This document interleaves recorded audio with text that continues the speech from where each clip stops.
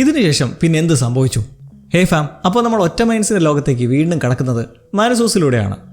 ആരുടെയും വാക്കുകൾ വകവയ്ക്കാതെ ഡേഞ്ചറായ കാട്ടിലൂടെ നടന്ന് അത്യാവശ്യം സേഫായി കിടക്കുന്നതിന് അടുത്ത് വരെ എത്തിയതായിരുന്നു. പക്ഷെ ഒരു കല്ല് ചതിച്ചു. മുതുക മൊത്തം ചുങ്കാപാംസിന് മുള്ളുകൾ തറച്ചു കയറി വൈകാതെ തന്നെ അത് രക്തത്തിൽ ബാധിച്ച് അവശനായി വീട് പോകുന്ന മാനസോസിന് അടുത്തേക്ക് രക്ഷകരായി വൺ മൈൻഡ്സ് എത്തി. അവർ പനാമയിലെ ഒരു ആശുപത്രിയിലേക്ക് എത്തിച്ച് അടിയന്തര ചികിത്സയും നടത്തി അപകടനില തരണം ചെയ്യുന്ന പ്രോഗ്രസ്സിലേക്ക് എത്തിയിട്ടുണ്ട്. മുറിവൊക്കെ നല്ല പഴുത്തിരിക്കുകയാണെങ്കിലും ആൻറ്റിബയോട്ടിക് ശരീരത്തിൽ കുറച്ച് മാറ്റം വരുത്തുന്നതായി ഒരു വൺ മൈൻഡ് പറയുമ്പോൾ ഈ പാവത്തിന് തീരെ വയ്യ. കണ്ണിൽ നിന്നൊക്കെ വെള്ളമൊലിച്ച് നല്ല ചൂടിലും ഔഷധയിലുമാണ്. പക്ഷേ ശത്രുക്കളോടുള്ളതിനേക്കാളും അരിശം ഈ ഒറ്റ മൈൻഡ്സിനോടും. സർജിക്കൽ നൈഫ് എടുത്ത് ഡോക്ടറുടെ കഴുത്തിൽ വെച്ച് ഭീഷണിപ്പെടുത്തി പോകാനുള്ള പരിപാടിയാണ്. എന്നാൽ അവരാരും അങ്ങനെ വെപ്രാളം കൊള്ളുന്നതോ പേടിക്കുന്നതോ പോയിട്ട് മാനസോസിനെ പിടിച്ചു നിർത്താൻ പോലും ശ്രമിക്കുന്നില്ല. ആളുടെ തീരുമാനം എന്തായാലും അവർ അത് ചെയ്യാനായിട്ട് നിന്നു കൊടുക്കത്തേ ഉള്ളൂ. പോകുന്നതിന് മുന്നായിട്ട് അവിടെ human derived protein HDP drinking കുടിച്ച് നിൽക്കുന്ന കാഷ്യറോടെ ഇത്രയും നടത്തിയ ചികിത്സയുടെ എല്ലാം ബില്ല് വേണമെന്ന് പറഞ്ഞ് മരുന്നിൻ്റെയും മറ്റുമെല്ലാം ബില്ല് വാങ്ങി നോക്കുമ്പോൾ $8,000. കയ്യിലാണെങ്കിൽ നേയാ പൈസയില്ല. അവസാനം ബില്ലിലായി ആംബുലൻസിൻ്റെ ഉൾപ്പെടെ പൈസ തരാനുണ്ടെന്ന് പറഞ്ഞ് പേരെഴുതി ഒപ്പിട്ടിട്ട് മാനസോസ് അവിടെ നിന്ന് ഇറങ്ങുന്നു. മുന്നേ തന്നെ അങ്ങാരുടെ ഇത്തരം കാര്യങ്ങളിലുള്ള ഒരു റെസ്പോൺസിബിലിറ്റി നമ്മൾ കണ്ടതാണ്. വണ്ടിയിൽ നിന്ന് പെട്രോൾ ഊറ്റിയിട്ട് ദുട്ട് വെച്ച് പോകുന്നതൊക്കെ. പക്ഷേ ഇതിപ്പോൾ ഹോസ്പിറ്റലായതുകൊണ്ട് ഇത്തിരി കൂടുതൽ റേറ്റായി. അതുകൊണ്ടാണ് ഇങ്ങനെ. ഒന്നും വിചാരിക്കരുതേ, പാവല്ലേ മാനസോസ്. ഒട്ടും വയ്യെങ്കിലും അവിടെ നിൽക്കില്ലെന്നങ്ങനെ മരുന്നും മറ്റുമായി ഇറങ്ങി ഹോസ്പിറ്റലിന് കീഴിലുള്ള ഒരു ആംബുലൻസ് എടുത്ത് തന്നെ സ്ഥലം വിടുന്നു. ഡരിയൻ ഗ്യാപ് കാടിൻ്റെ പടിഞ്ഞാറൻ പ്രദേശത്തുള്ള ഈ പനാമ നഗരത്തിൽ നിന്നും ഇനി റോഡ് വഴി വലിയ പ്രശ്നമൊന്നും കൂടാതെ സുഖമായിട്ടെത്താം ആൽബർക്കുക്കി സ്ഥിതി ചെയ്യുന്ന ന്യൂ മെക്സിക്കോയിലേക്ക്. എവിടെയും നിർത്താതെ ഡ്രൈവ് ചെയ്താൽ തന്നെ മൊത്തം 3 ദിവസം വേണ്ടിവരും എത്തിച്ചേരാനായിട്ട്. മുറിവ് ഇനിയും പഴുത്തു തന്നെ ഇരിക്കുന്നത് കൊണ്ട് കുറച്ചധികം ദിവസങ്ങൾ മാനസോസിന് വേണമെന്നതിൽ ഒരു സംശയം വേണ്ട. കൂടാതെ റെസ്റ്റിന് ദിവസങ്ങൾ വേറെ. അങ്ങനെ നിന്നുപോയ ആ അഡ്വഞ്ചർ വീണ്ടും തുടരുമ്പോൾ ചെന്നെത്തേണ്ട സ്ഥലത്ത് ഇപ്പോഴത്തെ സ്ഥിതി എന്താണെന്ന് നോക്കിയാലോ. വിജനതയുടെയും വിരസതയുടെയും കുറേ ആഴ്ചകൾക്ക് ശേഷം കരോളിന് മുന്നിലേക്ക് ഒരു മനുഷ്യവർഗം വന്ന് നിൽക്കുന്നതും അവർ ബ്രേക്ക് ഡൗൺ ആയി സകല ഇമോഷൻസും പുറത്തേക്ക് പ്രകടിപ്പിക്കുകയാണ്. തിരിച്ചെത്തിരിക്കുന്ന സോഷ്യയ്ക്ക് വെൽക്കം ഡ്രിങ്ക്സ് ഒക്കെ സെറ്റാക്കി മ്യൂസിയത്തിൽ നിന്ന് എടുത്തുകൊണ്ട് തൂക്കിയ ഓക്കീഫിന്റെ പെയിന്റിങ്ങിന് മുന്നിൽ രണ്ടുപേരും അങ്ങനെ ഇരിക്കുവാണ്. കരോള ചിത്രം മ്യൂസിയത്തിൽ നിന്ന് എടുത്തുകൊണ്ട് വന്നത് അവരുടെ ഫേവററ്റ് എന്നതിലുപരി അതവിടെ സേഫ് ആയിരിക്കില്ല എന്നൊരു ചിന്തയിലാണ്. കാരണം ആളനക്കൊന്നുമില്ലല്ലോ, മൃഗങ്ങളും കാട്ടുമുത്തൊക്കെ കറങ്ങി നടക്കുവാണ്. ഇനി എങ്ങാനും മ്യൂസിയത്തിലേക്ക് കടന്നു കയറി അതെല്ലാം തട്ടിപ്പൊടിച്ച് നശിപ്പിക്കുമെന്ന് ഓർത്താണ് അതുകൊണ്ട് വന്ന് വീട്ടിൽ തൂക്കിയിട്ടുള്ളത്. കേൾക്കുന്ന സോഷ്യ പറയുന്നുണ്ട് വേണമെങ്കിൽ അവിടെ ലൈറ്റൊക്കെ ഇട്ട് ഒന്ന് സുരക്ഷിതമാക്കാമെന്ന്. അതൊരു നല്ല കാര്യം തന്നെ. കരോളാകട്ടെ അവളുമായി ഇനി എന്ത് സംസാരിക്കണമെന്നറിയില്ല. അങ്ങനെ ഒരു നേരം പോക്ക് പോലെ ചീട്ടുകളിയൊക്കെ നടത്തി സന്ധ്യ ആവുന്നവിടെ ഇവർ പുറത്തേക്ക് ഇറങ്ങുന്നു. ഇടയ്ക്ക് സോഷ്യ ചോദിക്കുന്നുണ്ട് കരോളിന് ഒരു റിലീഫിന് വേണ്ടിയിട്ട് അവരുടെ ഒരു കസിനെ ഇങ്ങോട്ടേക്ക് വരുത്തണമെന്ന്. കാരണം സ്വന്തവും ബന്ധമൊക്കെ എടുത്തുണ്ടെങ്കിൽ മനസ്സിൻ്റെ ഒരു സന്തോഷം വരുന്നെങ്കിലോ. പക്ഷേ കരോളിന് സ്വന്തം കസിനായാലും മുന്നിലുള്ള സോഷ്യ ആയാലും എല്ലാം ഇപ്പോൾ ഒരുപോലല്ലേ, പിന്നെ എന്തർത്ഥമുണ്ട് അതിൽ. അങ്ങനെ വൈകുന്നേരം പുറത്തേക്ക് ഇറങ്ങി നിൽക്കുമ്പോൾ ആകാശത്ത് പ്ലെയിനുകളൊക്കെ കടന്നു വന്നുകൊണ്ടിരിക്കുകയാണ്. കം ബാക്ക് എന്നറിയിച്ചതോടെ വൺ മൈൻഡ്സ് എല്ലാം ആൽബർക്കുക്കിയിലേക്ക് തിരികെ വന്നുകൊണ്ടിരിക്കുകയാണ്. ആ എഴുതിക്കുന്ന പെയിൻ്റ് അടിച്ചു കഴിക്കളയാൻ പറഞ്ഞങ്ങനെ കരോൾ അവളോട് ഗുഡ് നൈറ്റ് പറഞ്ഞ് യാത്ര അയക്കുന്നെങ്കിലും സോഷ വേണമെങ്കിൽ ഇനിയും എത്ര വേണേലും നിൽക്കാമെന്ന് പറയുന്നുണ്ട്. സാരമില്ല പൊയ്ക്കോ എന്ന് കരോളും. 2 ദിവസത്തിനുള്ളിൽ എല്ലാവരും തിരിച്ചു വരുമെന്ന് പറഞ്ഞ് പോകാനിരിക്കുന്ന സോഷയോട് എവിടെയാണ് താമസിക്കുന്നതെന്ന് ചോദിക്കുമ്പോൾ അവൾക്കിപ്പോൾ അങ്ങനെ പ്രത്യേകമായി ഒരു മേൽവിലാസമില്ല. അവൾക്കെന്നാൽ ആർക്കുമില്ല. സ്വന്തമായി പ്രൈവറ്റ് പ്രോപ്പർട്ടീസ് ഒന്നും ആവശ്യമില്ല അവർക്ക്. എവിടെ കിടക്കണമെങ്കിലും കിടക്കാം. കരോളിൻ്റെ തുറവണ്ട് സോഷ അവരെ കൊണ്ട് എത്തിക്കുന്നത് ഒരു സ്റ്റേഡിയത്തിലേക്കാണ്. അവിടെയായി എല്ലാവരും ഒരുമിച്ച് കൂട്ടായാണ് കിടന്നുറങ്ങുന്നത്. കറണ്ട് ലാഭം ആ തണുപ്പത്ത് ഒരുമിച്ച് കിടക്കുന്നത് കൊണ്ട് നല്ല ചൂടും കിട്ടും. പക്ഷേ യാതൊരു പ്രൈവസിയോ മറയോ ഒന്നുമില്ല. സംസാരമോ ചിരികളിയോ പോലുമില്ല. കരോളിനത് കാണുന്നത് തന്നെ എന്തോ പോലാണ്. ട്രാൻസ്ഫോമറുടെ കൂട്ടത്തിലെ ഒരാളുടെ പട്ടി അവിടെ കറങ്ങി നടക്കുന്നുണ്ട്. ഒരു പെറ്റെന്നത് വൺ മൈൻഡ് നിഘണ്ടുവിൽ ഇല്ലെങ്കിലും വൈറസ് ബാധിക്കുന്നതിന് മുന്നേയുള്ള യജമാനുള്ള സ്നേഹം നായ്ക്കുള്ളത് കാരണം മാറിയ ശേഷവും അയാളെ വിട്ട് മാറുന്നതില്ല. അതുകൊണ്ട് കൂടെ നടക്കുന്നു എന്നേ ഉള്ളൂ. പട്ടികളൊന്നും വൺ മൈൻഡ്സ് അല്ല എന്ന് സോഷ കരോളിനെ പറഞ്ഞ് മനസ്സിലാക്കുമ്പോൾ മൃഗങ്ങളെല്ലാം വൺ മൈൻഡ്സ് ആകില്ല എന്ന് പറയാനും പറ്റില്ല നമുക്ക്. കാരണം വൈറസ് ബാധിച്ച നായ്ക്കൾ എവിടെയെങ്കിലുമൊക്കെ ഉണ്ടാവാൻ സാധ്യതയുണ്ട്. മുന്നേ കണ്ടതല്ലേ, ഈ വൈറസ് മനുഷ്യരിലേക്ക് ബാധിച്ചു തന്നെ എലിയിലൂടെയാണ്. അപ്പോൾ പറയാൻ പറ്റില്ല ഇനി ഒടുവിൽ എല്ലാ ചിന്തകളും ഇങ്ങനെയായി തീരുമോന്ന്. കരോളിനോട് അന്ന് രാത്രി അവിടെ അന്തിയുറങ്ങാൻ ക്ഷണിക്കുന്നതിലും വേണ്ട ഞാൻ വീട്ടിൽ പോയിക്കളാമെന്ന് പറഞ്ഞ് നടക്കുന്നു. പിന്നെ നമ്മൾ കാണുന്നതോ എന്തായാലും സ്റ്റേഡിയത്തിൽ നല്ലൊരു ഉറക്കം കഴിഞ്ഞ് വെളുപ്പിന് തന്നെ സോഷ തിരികെ വീട്ടിലേക്ക് എത്തിച്ച് ബ്രേക്ക്ഫാസ്റ്റ് ഉണ്ടാക്കി തരണമെന്ന് ചോദിച്ചും യാത്ര പറഞ്ഞുമൊക്കെ പോകുന്നത് കരോളിൻ്റെ ഉള്ളിൽ ഒരു റിലാക്സേഷൻ ഉണ്ടാക്കുന്നുണ്ട്. കഴിഞ്ഞ കുറേ ആഴ്ചയായിട്ട് ഒറ്റയ്ക്ക് കിടന്ന് അറിയിക്കുകയില്ലായിരുന്നു പാവം. പിന്നെ ഇതിനിടയ്ക്ക് വിട്ടുപോയൊരു കാര്യമുണ്ടായിരുന്നു കരോളിന്. വീണ്ടും അത് മൈൻഡിലേക്ക് എത്തുമ്പോൾ മറ്റൊന്നുമല്ല, ആ ബോർഡാണ്. വൺ മൈൻഡ്സിനെ കുറിച്ച് അറിയാമെന്നൊക്കെ എഴുതി വെച്ചിട്ടുള്ള ആ ബോർഡ്. എഴുതാൻ വിട്ടുപോയ ഒന്നുണ്ട് അതിൽ. അവർ മനുഷ്യരെ കഴിക്കുന്നവരാണ്. പിന്നീട് സോഷ്യൽ ഒരു ഹൈക്കിംഗ് വേളയിൽ പുതുതായി ലഭിക്കുന്ന ഒരു കാര്യം ഇവിടെ കമ്മ്യൂണിക്കേഷനെ കുറിച്ചാണ്. ദൂരെ ഒരു ചരക്ക് ട്രെയിൻ പോകുന്ന കാഴ്ച കണ്ടങ്ങനെ നിൽക്കെ ട്രെയിനിൻ്റെ ഹോൺ ഇഷ്ടമാണെന്ന് പറയുന്നതിനെ തുടർന്ന് അപ്പോൾ തന്നെ തീവണ്ടിയിൽ നിന്നും ശബ്ദം മുഴങ്ങുമ്പോൾ ഇതെങ്ങനെയാണ് നിങ്ങൾ ചെയ്യുന്നതെന്ന കൗതുകത്തിന് സോഷ്യ വിവരിക്കുന്നത് നമ്മുടെ ശരീരത്തെ ചുറ്റിപ്പറ്റി കാണാൻ കഴിയാത്ത ഇലക്ട്രോ മാഗ്നറ്റിക് ഫീൽഡുണ്ട്. ആ നാച്ചുറലായിട്ടുള്ള ഇലക്ട്രിക് എനർജി മുഖേനയാണ് ഇവരെല്ലാം പരസ്പരം അറിയുന്നത്. കരോളിനും മറ്റ് സർവൈവേഴ്സിനുമെല്ലാം ആ എനർജി ഉണ്ട്, പക്ഷേ അത് ഉപയോഗിക്കാൻ കഴിയുന്നില്ല എന്ന് മാത്രം. ഒരു തരത്തിൽ പറഞ്ഞാൽ റേഡിയോ പോലെ തന്നെ, പക്ഷേ സംസാരിക്കാതെ തന്നെ ഓരോരുത്തരുടെയും ചിന്തകളും കാര്യങ്ങളൊക്കെ അറിയാം. കരോളിന് ഇതേക്കുറിച്ച് 100 സംശയങ്ങളുണ്ട്, പക്ഷേ ചോദിക്കാതിരിക്കുന്നതാണ് നല്ലത്. ഇനി വീണ്ടും ചോദിച്ച് ഒരു പ്രശ്നം വരുത്തുണ്ടോയെന്ന് വെച്ചിട്ടാണ്. ഭക്ഷണ വിതരണത്തിന് വേണ്ടിയിട്ടാണ് ട്രെയിനുകൾ ഓടുന്നതെന്ന് പറയുന്നത് കേട്ട് കരോളിൻ്റെ ഒരു നിൽപ്പുണ്ട്. കാരണം ആ ഭക്ഷണം എന്താണെന്ന് ഓൾറെഡി കണ്ടു കഴിഞ്ഞല്ലോ. തുടർന്ന് റിലാക്സിംഗ് ആയിട്ടുള്ള ഒരു മസാജ് സെഷൻ ഇരുവർക്കുമായി. സോഷ്യയുടെ കാര്യം നോക്കിയാൽ അവളെ തന്നെ സ്വയം മസാജ് ചെയ്യുന്ന പോലെയാണ് തോന്നുന്നത്. ഇതിപ്പോൾ ഇങ്ങനെ ചെയ്യുമ്പോൾ ലോകത്തുള്ള എല്ലാവർക്കും ഈ മസാജ് ചെയ്യുമ്പോൾ കിട്ടുന്ന ആ ഫീലിംഗ് കിട്ടുമോ എന്നുള്ള രസകരമായ സംശയം കരോളിന്. തീർച്ചയായും ഫീലൊക്കെ ചെയ്യും, പക്ഷേ ഒരു കാര്യം എല്ലാവർക്കും പൂർണ്ണമായി ലഭിക്കില്ല. കാരണം ജസ്റ്റ് ഇപ്പോൾ കഴിഞ്ഞ 10 മിനിറ്റിൽ തന്നെ ഭൂമിയിൽ മരിച്ചിട്ടുള്ളത് 1674 പേരാണ്.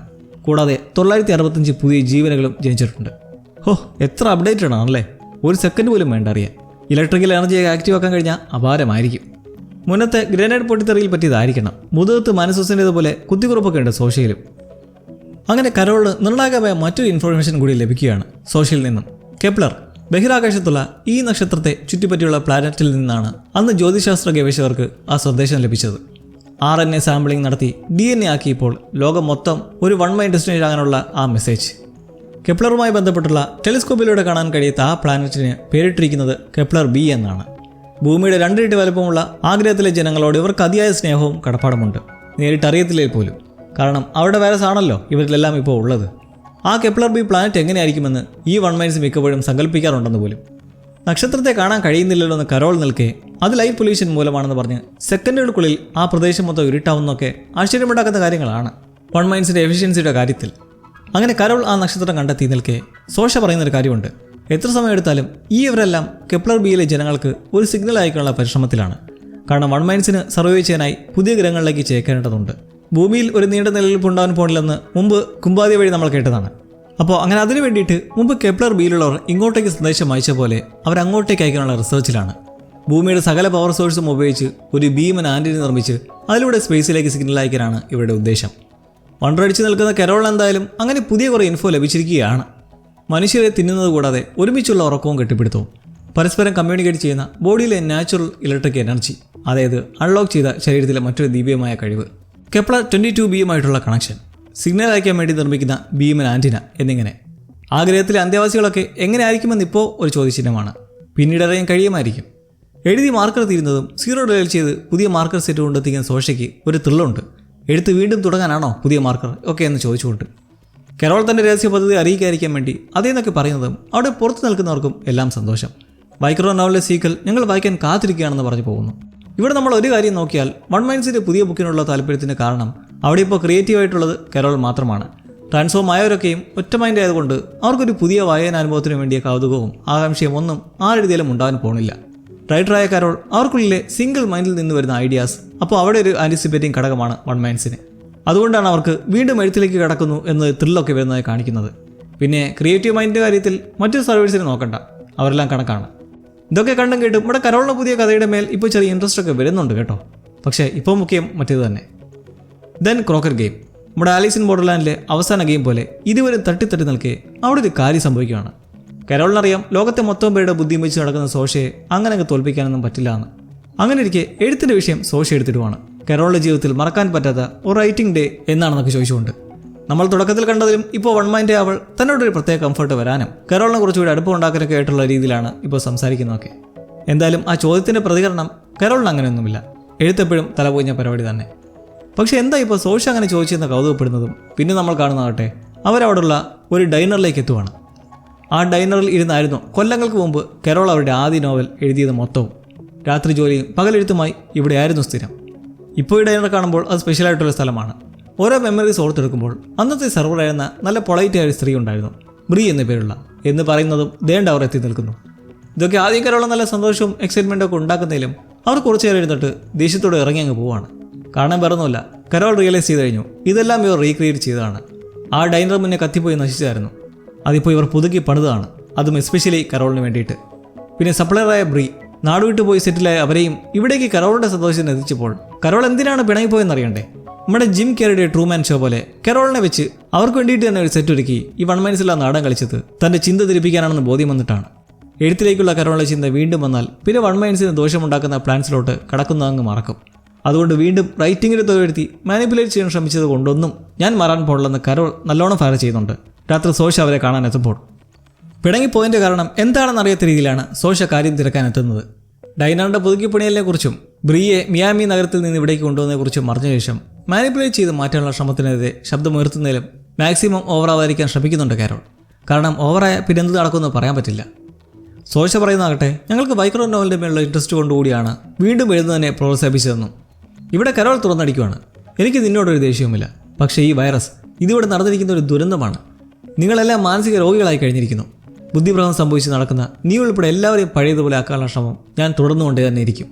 വൺ മൈൻസ് എല്ലാം വീണ്ടും തന്നെ ഒറ്റയ്ക്കിട്ട് പോയാലും ശരി, അതിൽ നിന്ന് പിന്മാറില്ലെന്ന് പറഞ്ഞ് ഇമോഷണലായി നിൽക്കെ സോഷ അടുത്തേക്ക് വന്നിട്ട് കരോളിനെ ചുംബിക്കുവാണ്, കാം ഡൗൺ ചെയ്യിക്കാനെന്ന പോലെ. ഓർക്കണം, സോഷയാണ് അടുത്തേക്ക് വരുന്നത്. ഈ ഒരു സിറ്റുവേഷനിൽ വൺ മൈൻഡ് ഇങ്ങനെ കടന്നു കയറിയ ഒരു പ്രവൃത്തി നടത്തിയതിലൂടെ ഒരു കാര്യം ഉറപ്പിക്കാമല്ലോ അല്ലേ, വൺ മൈൻസിൻ്റെ ആ പഴയ അകൽച്ച പാലിക്കൽ മാറി വരുന്നുണ്ട്. മരുഭൂമിയിൽ വീണ മഴ പോലെ ഒരു ഉമ്മ കിട്ടിയതോടെ കരോളും അത്രയും നാൾ പിടിച്ചു വെച്ചിരുന്ന സ്ട്രെസ്സിന് ഒരു ആശ്വാസം കൊടുക്കുന്നു. രാവിലെ എണീക്കുന്ന സോഷ കാണുന്നത് നല്ലൊരു കാഴ്ചയും. കരോൾ പുതിയ നോവലിൻ്റെ ആദ്യ ചാപ്റ്റർ സെഗ്മെൻറ്റ് പൂർത്തിയാക്കിയിരിക്കുകയാണ്.